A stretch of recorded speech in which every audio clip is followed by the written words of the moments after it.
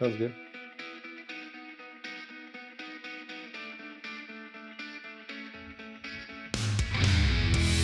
Well, hello everyone, and welcome to Pop Cult X special presentation, our live special presentation with the creative team from the upcoming Dawn of DC Blue Beetle series.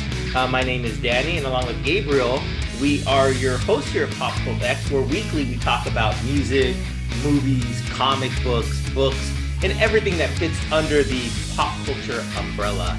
So I will be checking out you guys' chat. If you guys have any questions for the creative team, please go ahead and feel free to leave it in the chat field there, and we'll get to them when we can. But for right now, Gabe, go ahead and turn it over to you and introduce the team that we have with us today. Well, thank you guys for joining us today. We have Josh Trujillo, which is the writer of the Blue Beetle Graduation Day series and also the new upcoming series that's coming up.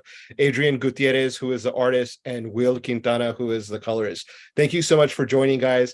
For those in our audience that don't know, this is actually an international connection here with Adrian coming in from Spain, Wil coming in from Florida, and Josh in LA. So thank you for coming. I know it's all different times.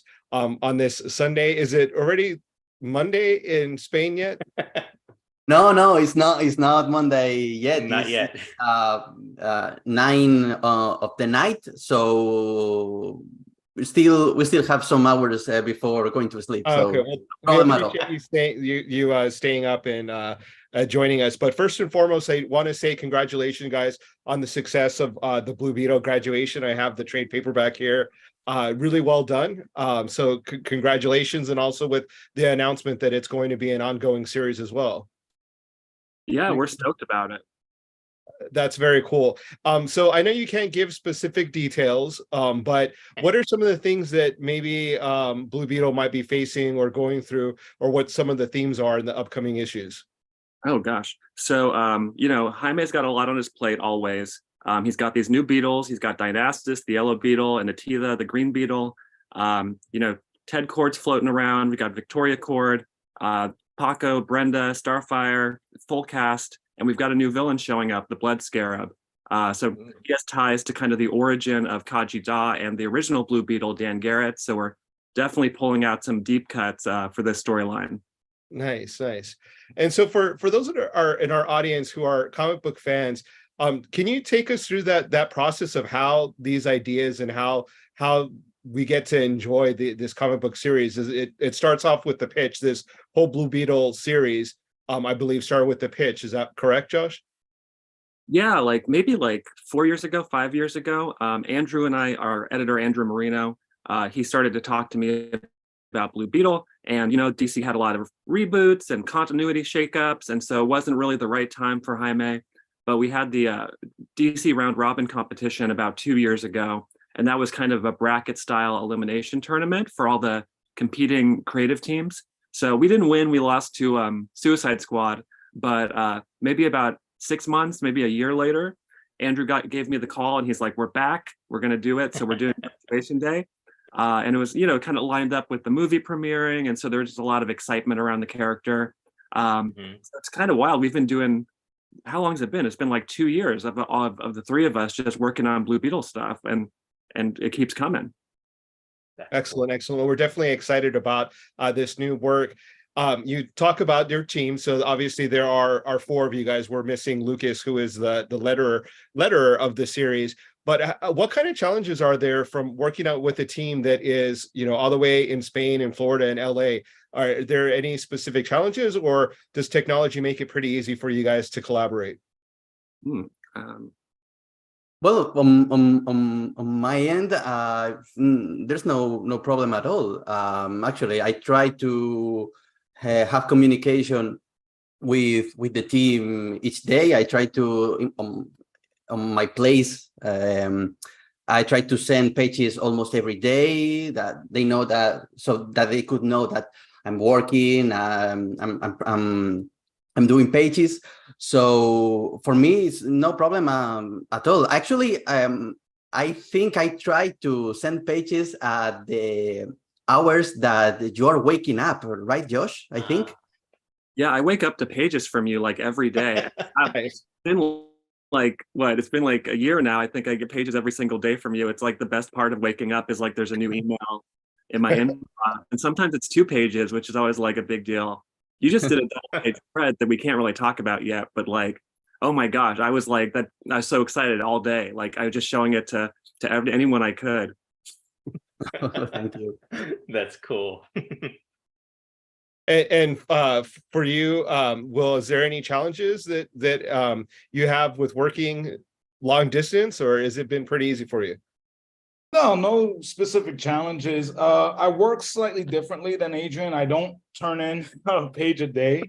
I work slightly differently. I work in groups. I guess that's the way I'm most comfortable in working. And so basically, whatever I finish coloring, I'll turn in. Usually, of course, not usually, but always check the script first. And if there's any specific color notes, if there's any specific reference, which Josh is really great at, because he, sometimes people neglect to include reference, and reference is pivotal in work. So yeah, so it's not difficult at all, fairly easy, other than like the pace that I work. I just send it in a big group. Basically, we've had the kind of time that's allowed us to deal with revisions and stuff like that at a more comfortable pace for this upcoming series. So that's really great, because usually sometimes it could be a pretty hectic pace working on a month-to-month series. So the character that you guys have been working on has had a really big time in the spotlight recently with the new Blue Beetle movie coming out to much success. Have you guys had an opportunity to see the film, first of all?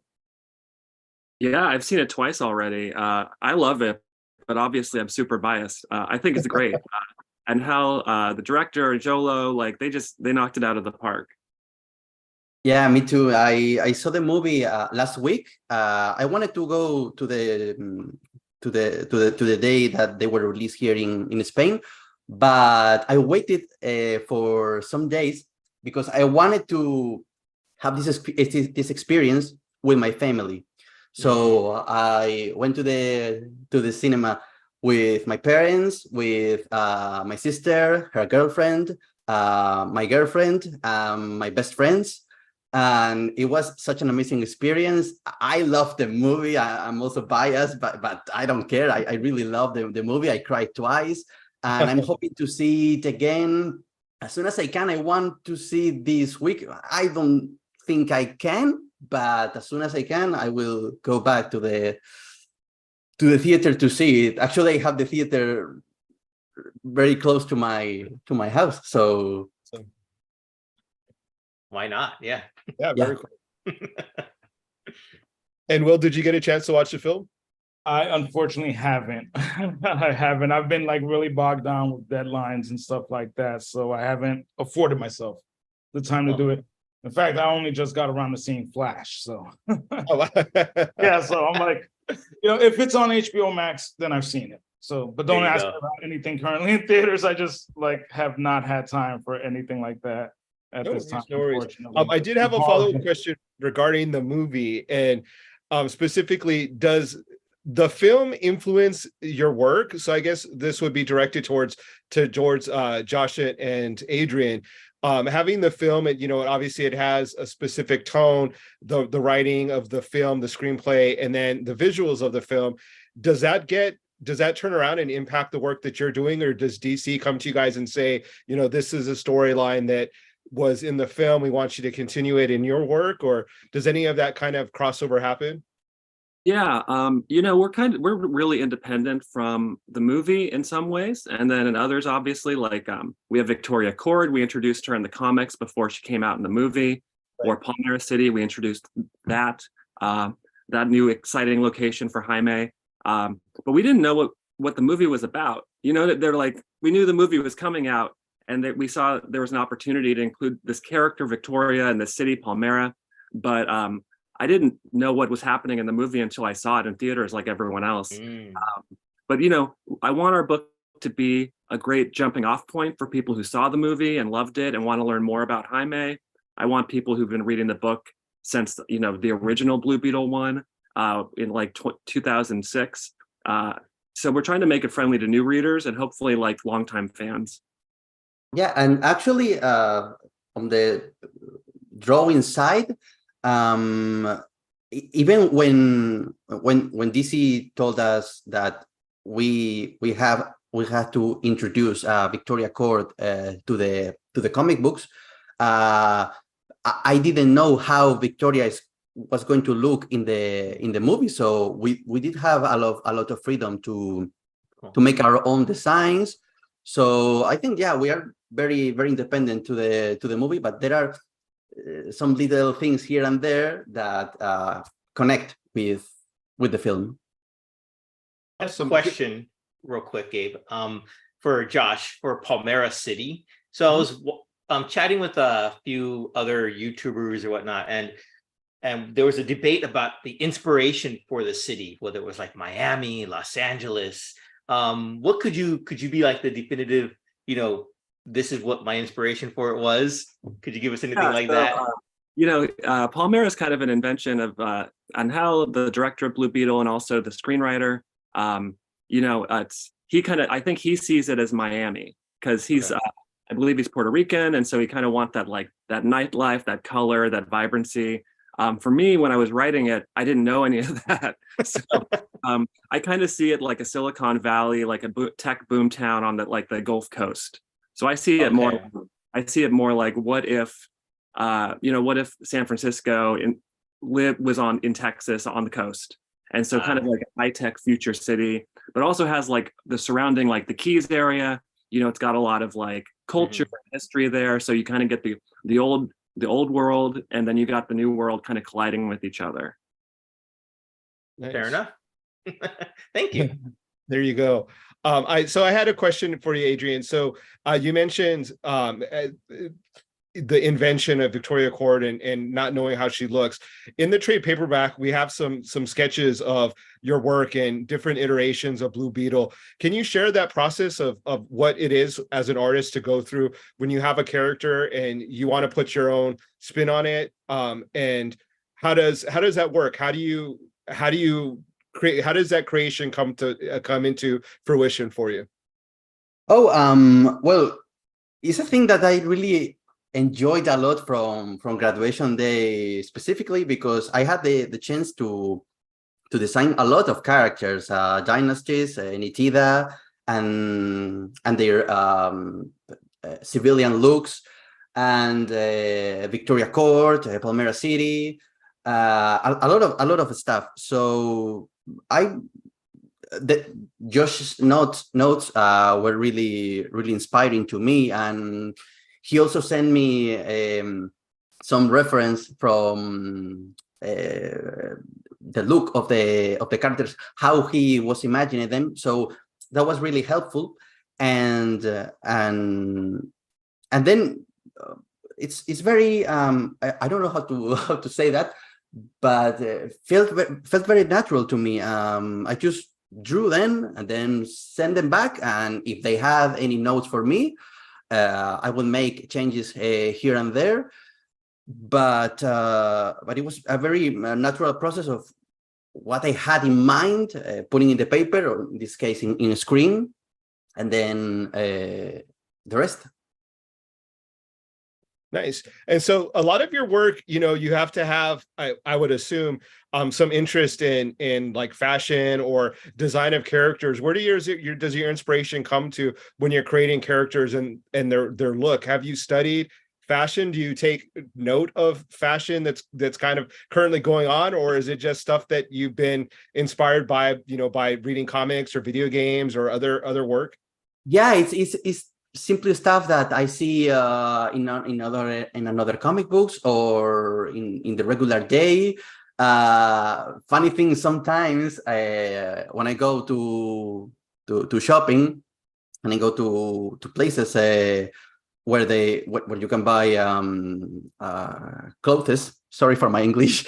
I took photos and then this serves as an inspiration for me, but the inspiration comes from a lot of different places. But no, I haven't studied anything about fashion. Actually, sometimes when I'm designing this kind of stuff, I feel like maybe I'm not doing it in the best way I could make it. Like it's not the best I could make, but hopefully I think I think I'm wrong.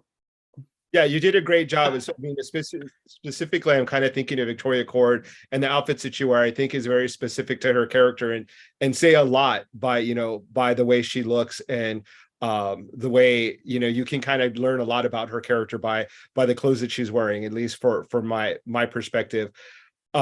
Will, I wanted to ask you this book has a very distinctive look when it comes to the colors. What was your inspiration for the way that you would approach your work?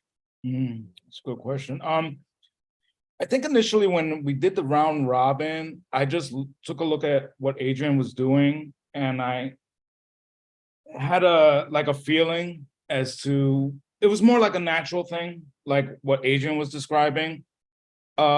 His stuff was like super dynamic, had a lot of energy to it. So I wanted to match that with the color palette. It wasn't going to be something that was like a subdued, dull color palette. It was going to be something bright, vibrant, like boom, like in your face, basically. So that was my initial choice. And then during the round robin, and then when we worked on graduation day, and then I started getting the scripts on stuff like Palmera City.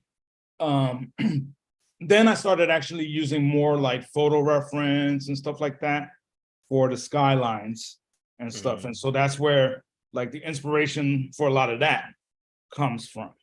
So yeah, a lot of it, will come from real life. Much like Adrian says, I have a lot of photo books. I take photos and stuff. If there's something that I see that's particularly eye-catching, I'll utilize it as reference for what I do. Excellent. Well, I wanted to take an opportunity to ask, you guys are three working professionals in the industry, obviously all in different areas and aspects of the comic book industry. But for those of our listeners or viewers of our content that are hopeful of trying to get into the industry, could you give some advice or maybe share some information about how you got your foot in the door and, hopefully maybe share some of that with our audience? Let's see. I started to do comics. I wanted to do comics always, but maybe about 20 years ago, I had like an internship at a comic book company, which was a huge opportunity. But, I learned how to make comics, but I didn't know how to make them like a professional. And so I learned that the only way to become a comic book writer is by making the books. So I had to learn how to find artists. I had to learn how to pay artists. I had to learn how to print the book. I had learned the conventions and this and this and this.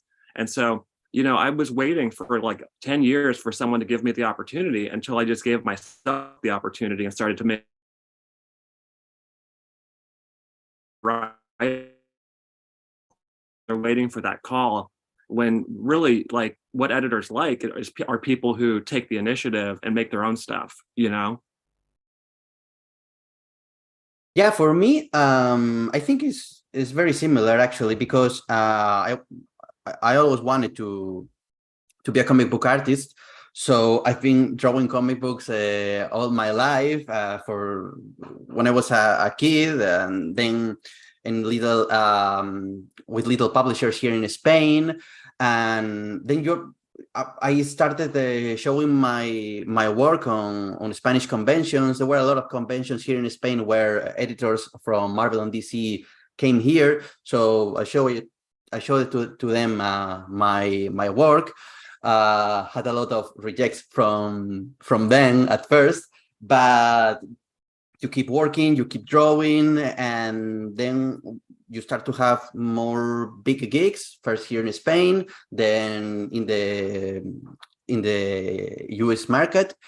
And then I started working with Pepe Caldelas, who is a comic book agent that is working with Jorge Jimenez, Bruno Redondo, Danilo Sampere, a lot of big names in the industry right now. And when I started working with him, he started showing my work on Marvel and DC. And then I had the first chance to work for DC for the Blue Beetle round robin, the first pages that we made back in 2020, 21st, and until now. So my advice would be keep working, keep showing your stuff to everyone. Right now, you can show it in every social network and be in contact with almost anyone. So I think if you keep trying, hopefully someday you will get what you are hoping. Mhm. Oh, and as far as me, I initially started as an intern at a company, and started dabbling basically with like Photoshop and learning how to color.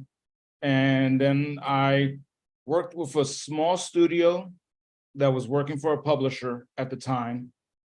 And then from there, actually, I got hooked up with CrossGen Comics. So I guess basically, okay. man, the way I got in was basically through the internship, and it kind of just like dominoed from there up to now. And then yeah, did the round robin with Adrian,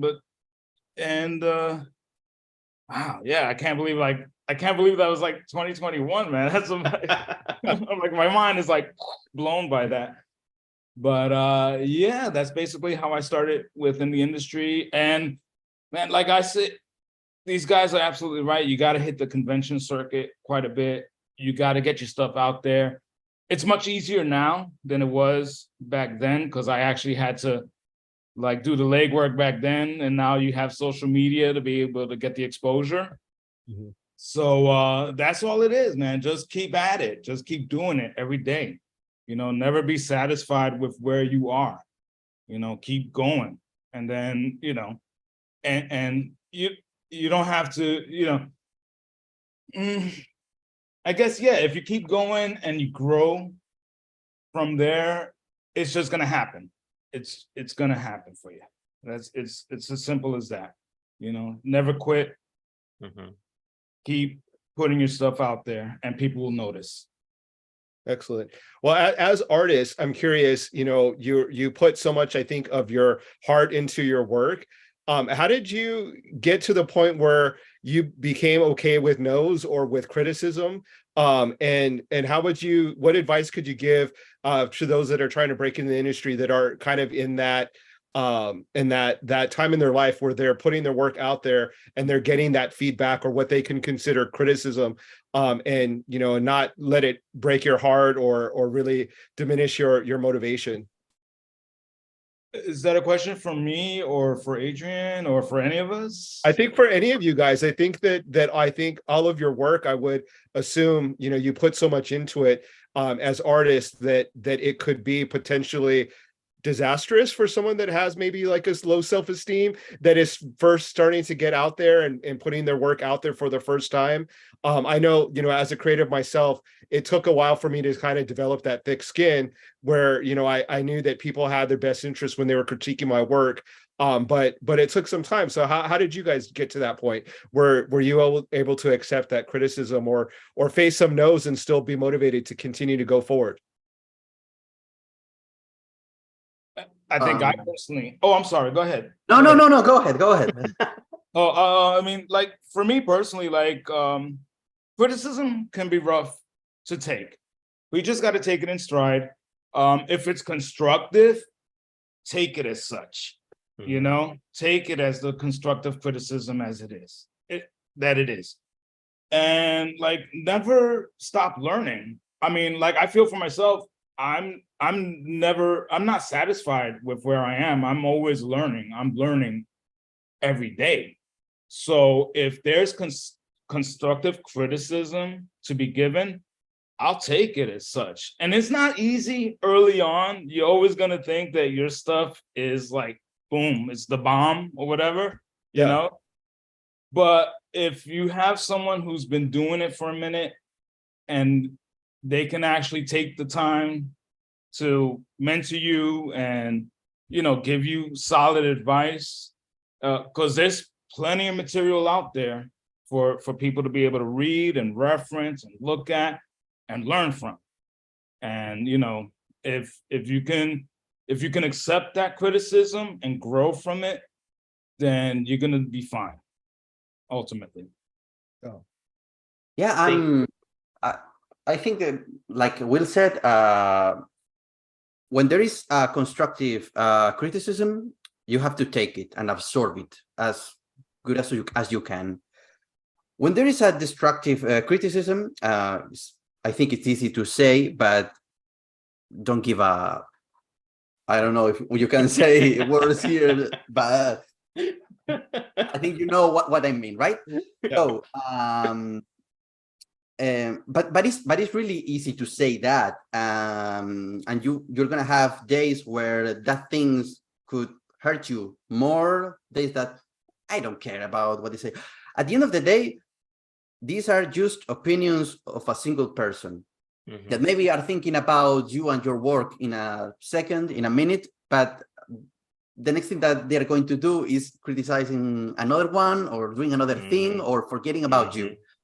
So, but it's a thing that has happened, that happens, and that it will happen. I think that for all of us, we have to assume that, unfortunately, we're going to receive criticism forever, sadly. Yeah. So we have to face it the best way we can. And I think when it's something that can help you to develop and to grow, take everything. And when it's something destructive, I think that what I would say is try to use that sadness, that rage that produces to you, and think for yourself, tomorrow I'm going to make this better, and you will not gonna criticize me because I'm getting better and better and better and better. We are evolving every day. Yeah. So I repeat, it's easy to say, but it's something that we have to face the best way we can. Yeah, I'm a baby, so I take it really hard. But you know, the only criticism I try to care about is my editor, Andrew, Adrian, Will, Lucas, you know, the team. I try to push myself to be better, and I try to push myself to make better stories every time I turn in a new issue. But you know, you have to remember that a lot of these people who are coming by kind of for a quick insult, they don't necessarily read the book very carefully, if they read the book at all. You know, there's a lot of people out there who share a single panel from a comic book, and then you make a judgment about that comic book because of one panel, and like that's not fair to the creators either. So I try to remember that the people who have the meanest criticism don't actually read the books usually, and so that's important for me. But then, you know, I read the reviews. I try to take that all in. You know, I see what people like about the book. I see what people don't like about the book, and I try to keep that in mind. But also, you know, we're writing these stories and making these books for ourselves on some level, right? Yeah. So all we can do is try to be true to our vision for the stories, and hopefully people dig it. So far they are. Yeah, absolutely. I was going to ask you is what sort of feedback have you guys received, you know, from the fandom about Blue Beetle? You know, it's been out. The trade paperback just came out in August.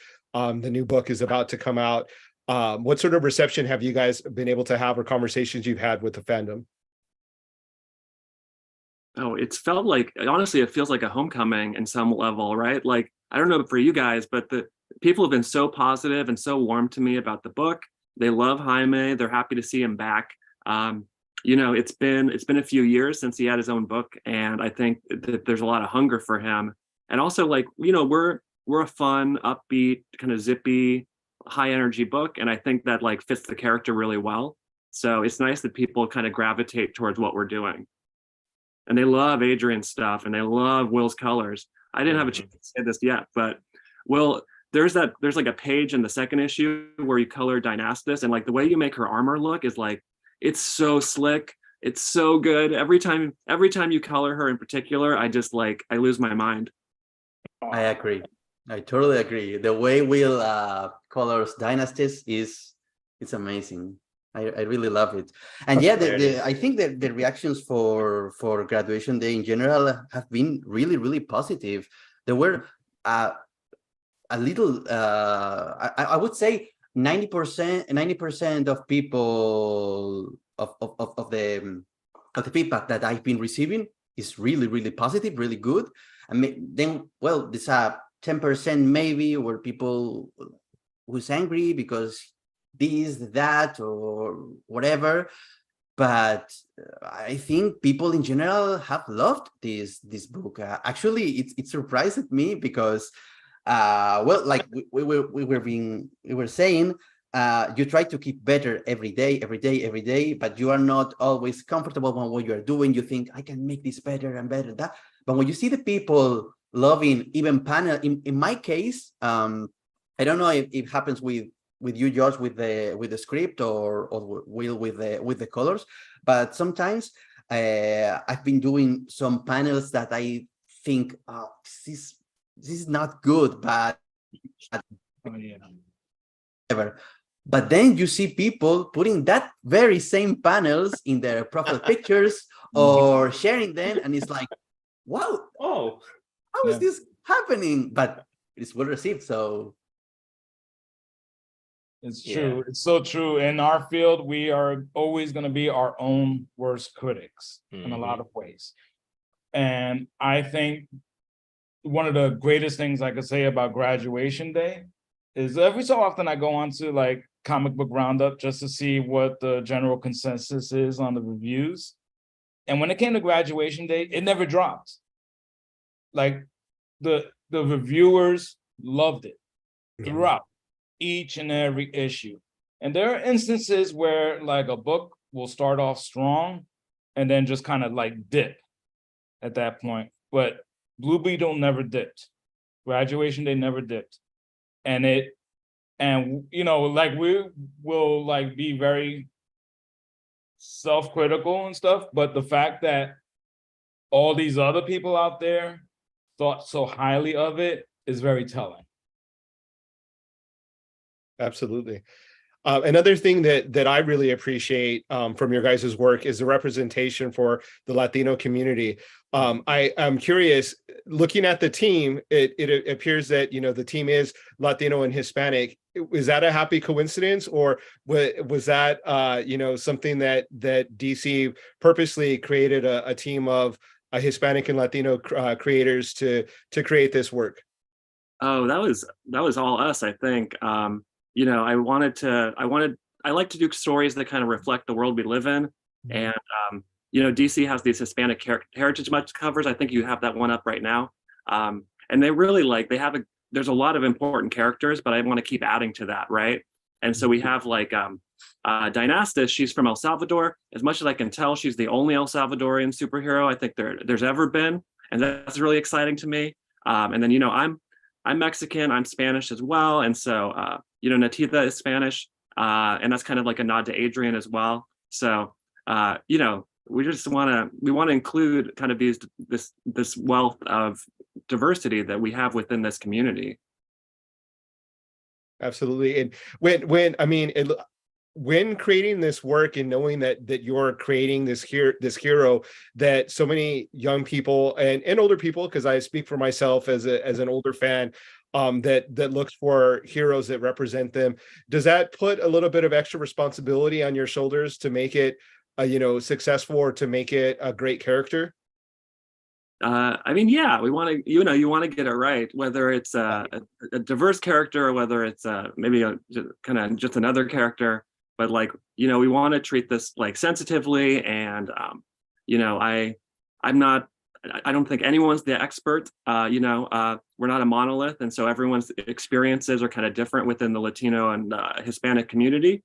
But it's something we're always trying for, and like getting Spanish in the book was a really big deal for me. Like, I'm so glad that DC was willing to put in a lot of untranslated Spanish, and then they do the whole Spanish language edition as well. We're the only book, I think, in the US that's being published in English and Spanish at the same time. Awesome. I had a question regarding some of the guest stars. We had some amazing guest appearances by some other DC characters that are pretty iconic in the book. I know you guys probably can't get into any details of any future appearances or any specific details, but for the three of you guys, is there anyone that you guys would like to see introduced into the book, maybe that would be on your wish list of characters to be able to have Jaime team up with? I'll let you guys go first. I have a huge list. I'm waiting on a page from Adrian that has like has a lot of guest stars. Oh, nice. Yeah. There's one in particular that I've been thinking about him a lot lately, which is Green Arrow, because Green Arrow is one of my favorite superheroes, and I remember that we had a chat, Josh and I, one day before we were starting graduation day, and talking about possible cameos of another heroes of the DC world. And I don't remember that I mentioned Green Arrow. I think that we couldn't make it because of continuity issues, I think. But there's a character that I've been obsessed for a lot of years, and after drawing, almost every big member of the Justice League, Batman, Superman, Jessica Cruz, Green Lantern, Shazam, Cyborg, Starfire, whatever, these big names of DC. I would really like the chance to draw someday Green Arrow, having him at the same side of Jaime. Really interesting. So when we see it in a future issue, we know where it started right here. Who else did I want in the book? We talked about Donna Troy a lot. Donna Troy. Yeah, we love Donna Troy. So hopefully someday for her. It's no secret, I'm a big fan of Bunker. So I'm always thinking about how to sneak Bunker in the book. But we have, it's a solo hero book. It's Jaime's story, but we also have 12 main characters. So it's always tricky to find room for all of them. And so, issue 3, I think it's out there, but, we're bringing back Tracy 13 for a special story. And we have a lot of other characters kind of popping in and out. Adrian drew some of my favorite heroes in the beginning of issue 2. And so I think people are really going to be excited to see those ones again. Very cool. And for you, Will, anyone that you in particular that you would love to work on? Man, I was giving it some thought while the guys were talking, and I think one of my favorite characters coming up was Firestorm. So I'd love to see Firestorm and Jaime together. That'd be really cool. Yeah, I think that would be dope. Yeah. So that's my vote. I'm taking notes for sure. He's got such a great design too. I just said that because I'd like to color him. So wrapping this up, I want to take an opportunity to give you guys, first of all, I want to congratulate you on the success of the book. Very big fan here. I love the work. I can't wait for the future issues to see where Jaime goes from here. But I want to thank you on behalf of the fandom for creating something that's really special and really cool. So thank you very much. Oh, thanks for you. Yeah. I want to thank the fans, because without you guys, we wouldn't be putting this stuff out there, honestly. Yeah. So, thank you. Yeah, the same people who are kind of championing us for the round robin, they've stuck with us the whole time. They have their fan accounts. They post the updates every time there's new news for the book. And that's like, we couldn't do any of this without the fans. And DC too, some of our biggest fans are people who work at DC. So we're just really, I think we're all just super grateful. And it's hard to make a book that's not Batman or Superman sometimes. So they've really been giving us a lot of chances with with Jaime. Yeah, well, he's definitely right up there for me. One of my favorite superheroes. And so good luck with the continued success, with the continued work. For our fans that want to see some of your work, we do have your social medias up on our screen so that they can find you. Are you guys going to any conventions soon where people might be able to connect with you personally and face to face? Let's see. I know Adrian's doing New York Comic Con. I'm trying to figure out how I can get over there. But I'm doing Latino Comics Expo this upcoming weekend in Long Beach, California. And then I think that's my last real superhero convention for a while. But I want to get the book in as many hands as possible. So we'll see if I can sign up some more. Yeah, I'm going to be at New York Con. It's going to be my first time in America in general. So I'm very excited. And I'm really looking forward to it. I'm so happy with it. And I'm continuing drawing Blue Beetle, and hopefully we get the chance to draw many more arcs for the character. Well, any upcoming appearances at any conventions for you? Nothing this year. I'm gonna try and hit the convention circuit a little more next year. Hopefully for New York City next year. So if Adrian can go back, I would love to, if you can make it an annual thing, I would definitely love to hook up with you there. But nothing this year, unfortunately. Yeah, I'm gonna try and hit the convention circuit a little bit more next year. Absolutely. I think it would be great for the fans to be able to see, you guys all on a panel discussing your work. Also, maybe hopefully including Lucas Catoni, who's the letterer, as well. I think that you guys are doing, once again, I just want to compliment you on the great work that you guys are doing. But thank you for taking the time for joining us on our podcast today. We definitely appreciate it. So thank you to all three of you. And we want to wish you future success. We'll be picking up the issue within the next few days. I'm excited to see that new work. Yeah, thank you so much. Thank you, everyone. Yeah, thanks for getting us together. It's been, I don't know why we haven't done this yet. Well, thanks to every one of you. It's been a pleasure to chat with each one of you. And yeah, Blue Beetle issue 1 is coming out, so I'm really hoping you like it. And thanks to everyone for the support. Yeah, likewise. I'm really looking forward to everyone seeing issue 1. I'm really excited for what we've done. And I'm really excited for what we're gonna be doing for future issues. And hopefully the fans will be just as excited as we are when they see it. Excellent. Definitely. Excellent.